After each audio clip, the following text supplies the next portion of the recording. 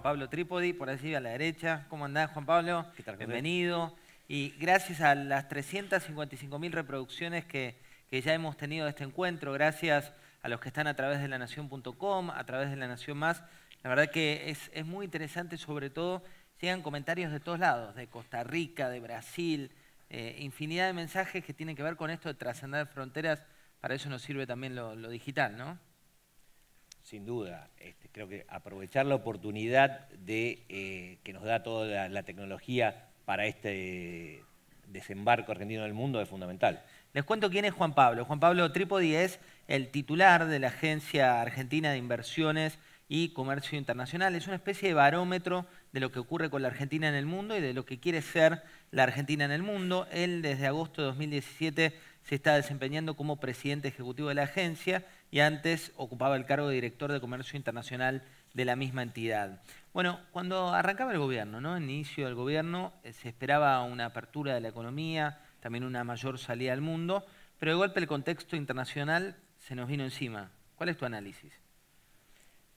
Es cierto, es así, las condiciones actuales no son las mismas condiciones de hace un par de años, sin embargo, el rumbo sigue siendo el mismo. Creemos que la inserción inteligente argentina en el mundo es el camino, las inversiones y las exportaciones son dos pilares fundamentales para el desarrollo económico de Argentina, con lo cual seguimos trabajando para atraer inversiones y para promover las exportaciones, independientemente de que el contexto sea más dificultoso. Con lo cual, lo que tenemos que hacer es ser más creativos y buscar nuevas herramientas para que las empresas en Argentina puedan desarrollarse. Juan Pablo, ¿qué tan bien o mal instalada está la marca argentina en el mundo hoy?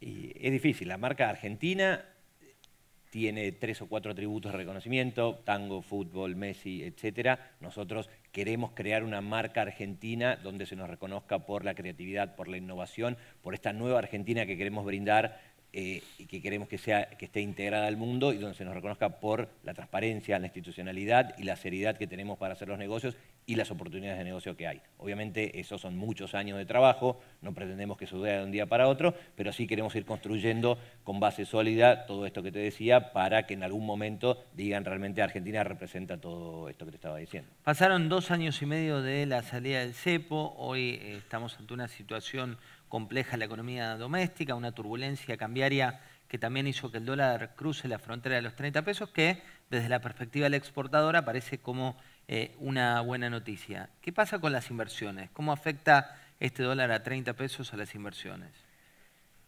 El problema no es el valor del dólar a 30 pesos, el problema es la inestabilidad que hemos sufrido estos últimos meses y que de a poco se va acomodando. La inestabilidad, obviamente, juega en contra de las inversiones. Veníamos de dos periodos, del periodo 2017, donde el crecimiento fue muy alto, en inversiones más del 11%.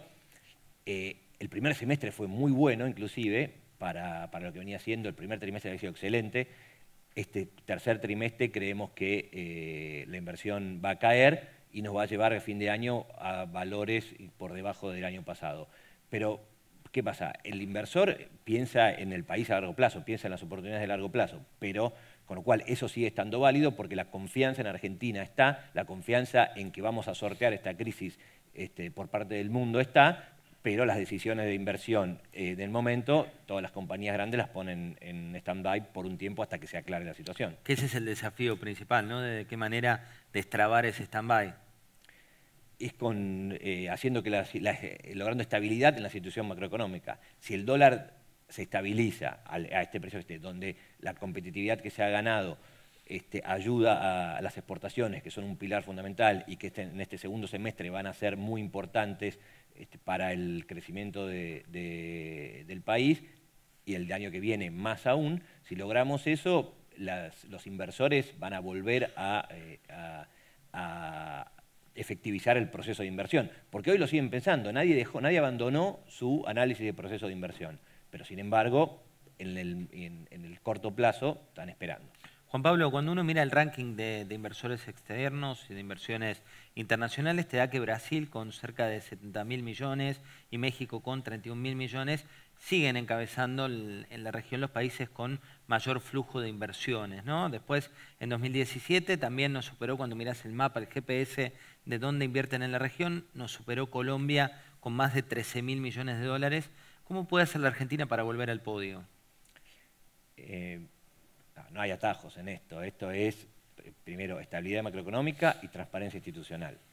Es cierto lo que vos decís. Nosotros el año pasado tuvimos 11.500 millones de dólares de inversión extranjera directa, porque vos estás hablando en este momento de inversión extranjera directa, pero pensemos que veníamos de 3.500. Con lo cual se ha crecido mucho, el desafío es seguir creciendo. Veníamos de una participación muy baja y el año pasado llegamos a poco más de 2 puntos de PBI, veníamos por debajo de 0,7. Es un cambio muy importante. Pero lo más importante todavía es que en el contexto mundial la inversión extranjera directa en Latinoamérica bajó. Sin embargo, en Argentina aumentó. Entonces, lo importante para destacar es que la tendencia en Argentina fue súper positiva en comparación con nosotros, a pesar de que seguimos teniendo niveles muy bajos, ¿no? Eso es que deberíamos llegar a algo entre 3 y 4 puntos del PBI. ¿Hoy en cuánto estamos?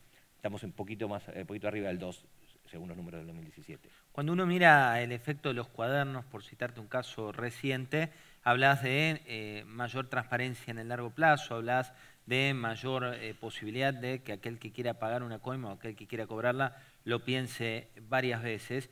Sin embargo, tiene un efecto no deseado que es PPP, ¿no? Digo, el programa público-privado que está vinculado con buscar inversores para aumentar la infraestructura, con buscar en el sector privado. ¿Cómo crees que va a evolucionar eso? Yo creo que el diagnóstico que hiciste está muy bien, porque en el largo plazo esto que está pasando es muy bueno, porque nos va a dar ese nivel de estabilidad y ese nivel de transparencia necesarios para que el mundo siga confiando en nosotros. En el corto plazo es malo porque frena un poco toda la inversión en infraestructura. Y en el marco del PPP, que es una apuesta muy importante que hace el país para incrementar la infraestructura en Argentina, esto hace que muchas de las compañías que podrían participar en los procesos son compañías que están sospechadas. Por lo tanto, no hay muchos que quieran financiar esas compañías. En ese marco, el BICE está armando un fideicomiso en el cual va a ser financiado por diferentes entidades financieras nacionales e internacionales, y el dinero para financiar a las PPP va a salir de ese fideicomiso del BICE. Esto todavía no está hecho, está en proceso, ya salió en los diarios más importantes, con lo cual, si bien todavía no es público, ya se sabe. Ese va a ser el camino. Vos sos a veces los ojos y a veces los oídos de inversores internacionales que se acercan a la Argentina. ¿Qué es lo más frecuente que te dicen al momento de tener dudas sobre nuestro país? La duda más importante que tienen es por qué Argentina esta vez va a ser distinta. Va a ser distinto, por qué va a haber esta continuidad. Y un poco la respuesta es, creo que los argentinos nos hemos cansado de todo lo que hemos tenido en los últimos 70 años, digamos. Elegimos un cambio, elegimos un nuevo proyecto, y un proyecto que está siendo construido por el gobierno del presidente Macri a la cabeza, pero con el consenso de la oposición constructiva, digamos, ¿no? Porque la minoría que tenemos en el Congreso, tanto en ambas cámaras, hace que cualquier ley, cualquier proyecto tenga que ser consensuado. Por lo tanto, el cambio, porque en algún momento la alternancia entre los distintos partidos va a suceder, va a ser de manera tal de que no apuntemos 180 grados de lo que estamos haciendo ahora, sino que el camino siga siendo más o menos parecido. Creo que esa construcción en consenso es fundamental para que el futuro sea de largo plazo y sea estable. ¿Cuánto te preocupa Brasil? Brasil es muy importante para Argentina, es nuestro socio principal. Lo que pasa en Brasil siempre nos afecta.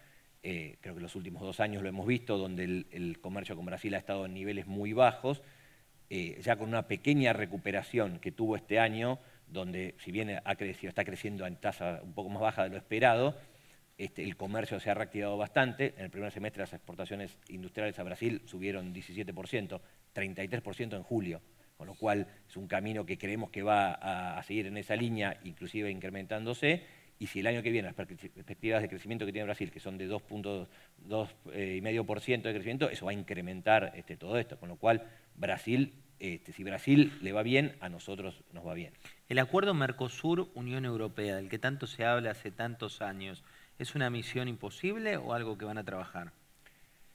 no es misión imposible, creo que estamos más cerca que nunca. Pero acordémonos que esto empezó hace 15 años más o menos, se empezó a hablar. Ahora realmente se está en un momento de cercanía, hay muchos temas para discutir, pero los grandes temas ya estamos bastante de acuerdo.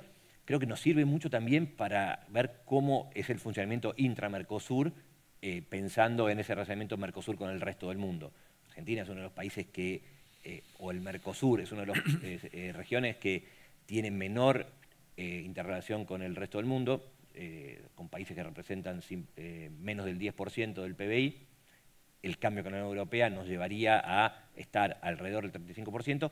Inclusive después de eso va a venir, hay otras negociaciones igual de importantes, que son la del EFTA, la de países a más largo plazo como Singapur, Rusia, inclusive tratados de inversiones con Japón, etc. Yo creo que uno de los puntos fundamentales en el acuerdo con la Unión Europea es el marco de institucionalidad que nos va a dar. Nos va a presentar al mundo como un país mucho más serio porque tenemos acuerdos con grandes bloques. La historia dice que cualquier país que firmó un acuerdo con la Unión Europea o con cualquier bloque grande, el flujo de inversión extranjera proveniente de ese bloque con el cual se firma el acuerdo se incrementa muchas veces. Obviamente esperamos que eso suceda en Argentina también. El top 3 de países a los cuales la Argentina debería exportar, o si no de sectores puntualmente que vos crees que tienen más potencial, ¿cuáles son? La verdad, nosotros no tenemos que desestimar nada. Yo creo que tenemos que apuntar a todos los sectores. No hay ningún sector que no pueda exportar, no hay ningún sector que sea perdedor en todo esto. Creemos que con el trabajo adecuado y buscando adecuadamente los nichos correspondientes, cualquier sector puede exportar. Inclusive sectores como textil y calzado. De hecho, trabajamos para que ello suceda. Y si hablas de oportunidades grandes, me parece que China, obviamente por tamaño y por cómo se está desenvolviendo en el mundo, es una oportunidad muy grande. Se trabajó mucho estos últimos años en apertura de diferentes mercados, sobre como todo la carne. agroalimentar. La carne es un ejemplo, la carne aumentó este año, las exportaciones en lo que va de este año, que es cerca del 70% en lo que van las exportaciones de carne a China, y eso va a continuar. Y creemos que hay muchas oportunidades. De hecho, creo que en uno de los paneles anteriores se habló del tema del e-commerce y de cómo eso ocurría en China. China es un país donde el e-commerce está más desarrollado en el mundo. El 20% del comercio interno en China se hace vía electrónica, cuando en Argentina estamos alrededor del 2%. Y Estados Unidos, que uno siempre piensa que es el más desarrollado, está alrededor del 10%. Y encima van un paso más allá, donde todo se hace en el teléfono. Alibaba solo tiene 500 millones de usuarios. JD, que es el segundo, 250 millones. Y el Singles Day, que es el mega evento que creo que ya se comentó, sextuplica al Black Friday. En ese sentido, nosotros hemos hecho un acuerdo con Alibaba para promocionar los productos argentinos. De hecho, el año pasado el problema fue que se agotaron mucho más rápido de lo esperado. El desafío es este año que haya mucho producto argentino cuando llegue el Singles Day. Para eso hemos abierto un hub logístico en Shanghai, donde invitamos a todas las empresas que quieran participar a tener producto en China. Dentro de poco abrimos en Guangzhou, que es en el sur de China,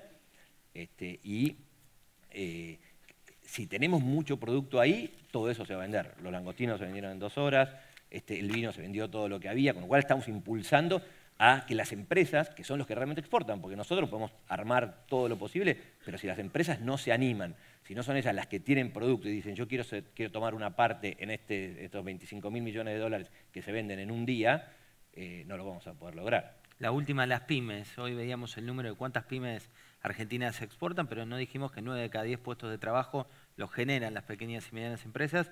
¿Cuánto potencial tiene para dar el salto? Enorme. El potencial es enorme porque tenemos un número muy bajo.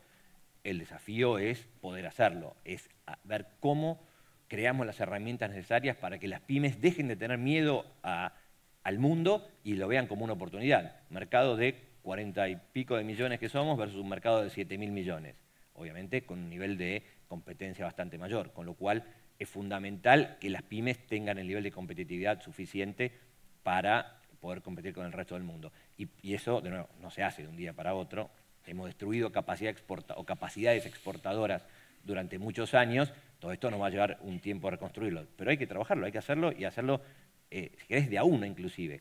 Nosotros, desde la agencia, en lo que es el rubro de comercio internacional, hemos cambiado el modelo para decir, tenemos que ir 3 pasos más atrás, no vayamos a una feria si no sabemos cómo vender, vayamos a desarrollar las capacidades exportadoras en las empresas, en recrear esa cultura exportadora, esa cultura de empresas integradas con el resto del mundo, donde ayudémoslos a buscar las oportunidades, a buscar el financiamiento adecuado, a brindarles las condiciones logísticas para que puedan tener los productos en los lugares adecuados. En ese contexto, y volviendo un poco atrás a mercados no tradicionales, queremos abrir hubs logísticos en Singapur, en el norte de Europa, y todo eso lo queremos hacer en lo que queda de este año.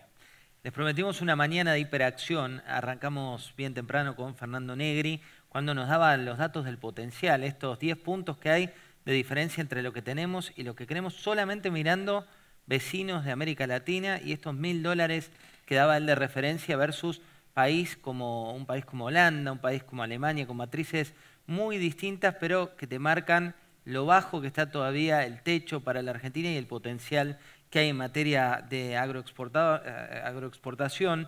Seguimos con Andrés Ibarra, el ministro de Modernización, que prometió este mercado, este Estado sin papeles, y dijo algunas cosas que quedaron latentes, como esta discrecionalidad que se aplicaba, y cuando hay mucho papel, decía, hay mucha discrecionalidad, cuando hay mucha discrecionalidad no hay trazabilidad, cuando no hay trazabilidad hay mucho cuaderno, sería el sinónimo de estos tiempos. Seguimos por Máximo Cavazzani con un panel que dejó varios títulos, ¿no? El panel de decir, como lo decía Manuel Sobrado del Grupo Insud, la ciencia aplicada al mundo privado, la educación, como decía Max, que tiene que ser el complemento para ser un país de materia global y de integración global, o como aportaba Hernán Vázquez, el tema de la infraestructura, que quedó latente con los sobrecostos que hay en nuestro país por las dificultades y por el transporte en camiones, por varias cuestiones que otras particularidades políticas llevan a que así sea.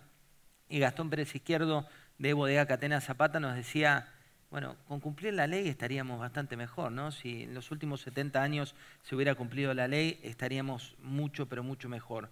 Nos metimos con las herramientas y números que le daban en el panel de Nacho Federico, donde también quedó ese número de la brecha entre las pymes que exportan y las que no lo hacen. Y nos metimos con 3 casos donde la casualidad, te decía vos que nos estás mirando, que no es tan difícil, ¿no? Llegás al MoMA por una feria, conoces a Taka Taka, que me quedó para siempre, Taka Taka, que venía de Japón, te compra el perchero entero y a partir de ahí exportás 5000 prendas al mundo, o investigás cómo consumen empanadas en Brooklyn, que no las consumen, y decís, hay que adaptarlo.